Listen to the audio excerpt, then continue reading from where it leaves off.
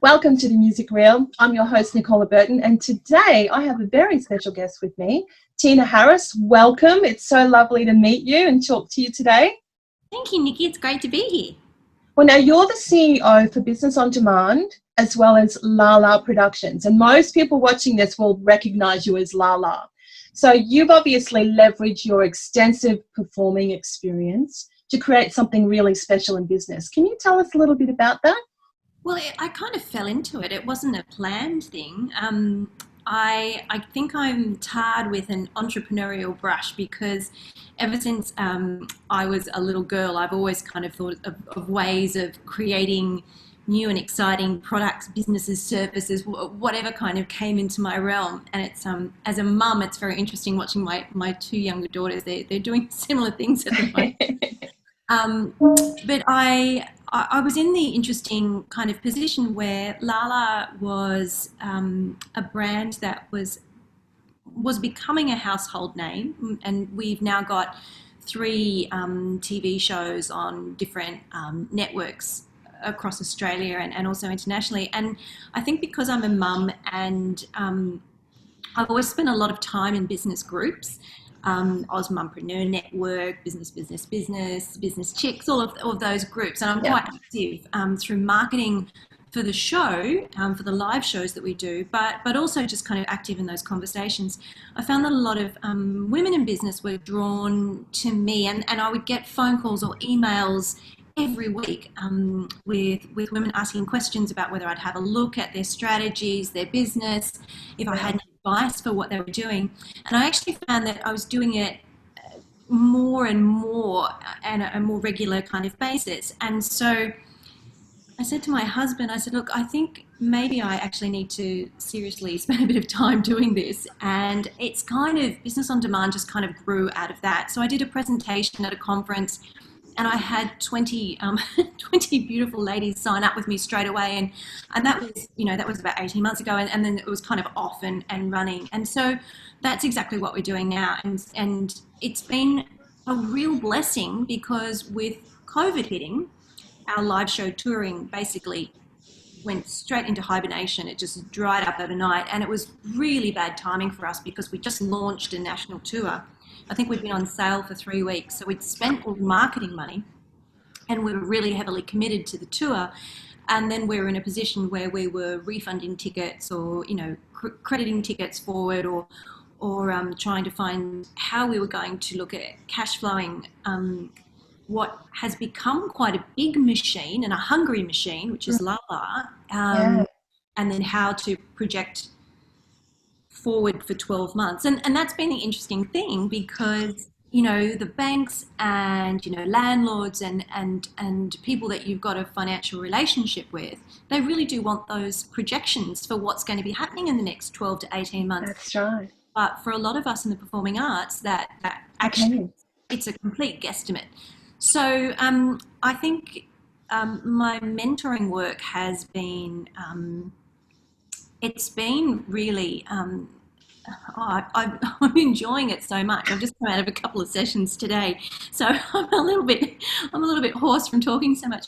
But we've built a studio in our office, and now what we've decided to do is use our skills from the television series, which is a lot of video production. So we've been shooting professional TV and videos for years, and what has come up in my conversations with ladies in particular is that they often feel very uncomfortable about talking in front of camera. Mm-hmm. It's Yes. usually, it's three things that kind of hit them. It's what do I say in front of the camera? How am I going to look? And what do I do about all the tech, the lighting and the video and the editing Yeah. and those kinds of things. So we're now in the process of making some short courses that we're going to be providing, and then doing more development than with working in front of camera and video mentoring and doing kind of video audits on people's businesses and helping them grow Beautiful. digitally in this crazy time. So And it's yeah, perfect, isn't it? This is the right time because so many businesses are needing to go online. Everything has to have that digital space. So you've probably picked a right time to emerge into that market. It's wonderful. It's wonderful to see. And also, look, I couldn't have a discussion about the Australian music industry without including your voice, because let's face it, the 0 to 5 age group has contributed an enormous amount of money to the Australian economy. And also you are the envy of so many contemporary artists because they don't necessarily get that level of brand recognition that you do. So ticket sales, merchandising sales, it's an incredible achievement. So let's look at live shows coming up post-COVID. You know, the hallmark for a La La show is that meet and greet at the end, where they're connecting with you. They feel like they're a part of the show. Then, of course, there's that tactile, connection with the musical instruments. How on earth are you going to be dealing with the logistics in a post-COVID world for those shows with little people who can't follow instructions? Well, I mean, look, that is a very, very good question. And I guess the short answer is at the moment we don't know. And that's one of the reasons that we're not touring currently. I mean, this week was meant to be the second week of our biggest kind of run in New South Wales. So last week we were meant to be in Victoria and this week we were meant to be in New South Wales. And I know, thinking back to the tour, I think we had like 25 shows booked, all of which we were self-producing ourselves. So every time we go on a live show tour, I kind of bite my nails and I pull my hair out and hope that it's going to, it's such a massive gamble because it's It just is. our little family kind of, running this whole thing. I think life post-COVID will be different. And what I'm still trying to find a solution to is the kind of venues that we like to go to. So Okay. one of the things we like to do is to have what we kind of fondly call a baby mosh.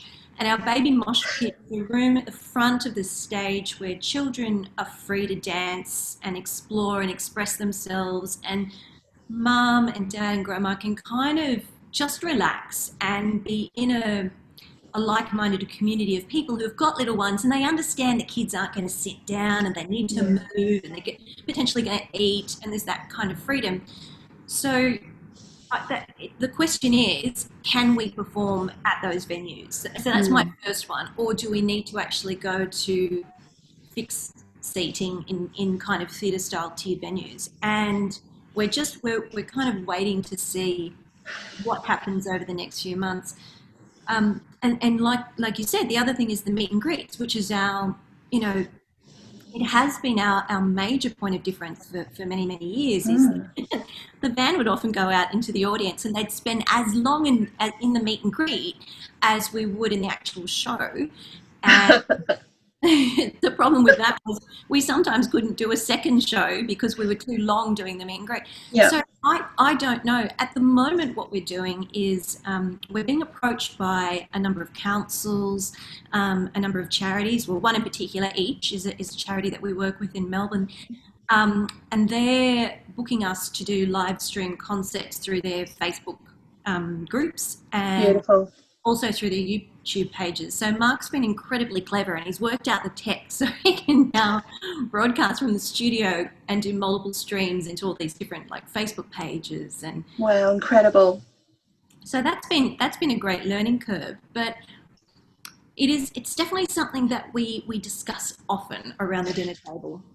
And also, don't you think, having as a live music artist dealing with events and all of the logistics, it really helps you be a better business person, because if you can manage all of the changing landscapes in this particular time in history, I think that you can do anything in business. So I have no doubt that you guys will sort this out and be ahead of the curve, if you like, when it comes to finding solutions for your shows.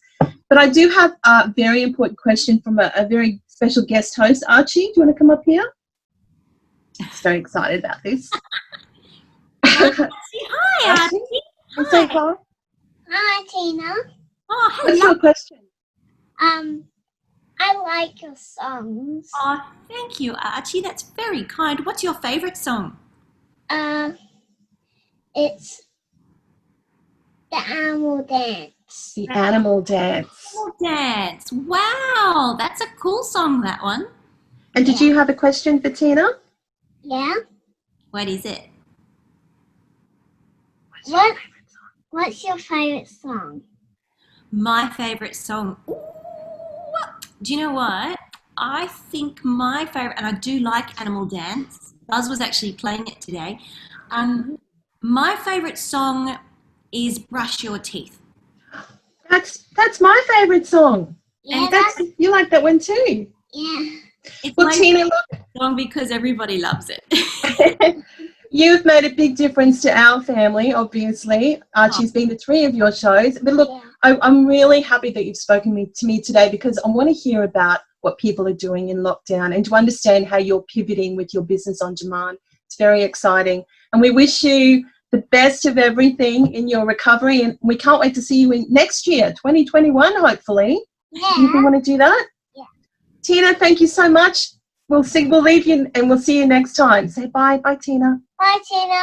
Bye, Archie. Thanks, Nikki. Thank you. Bye.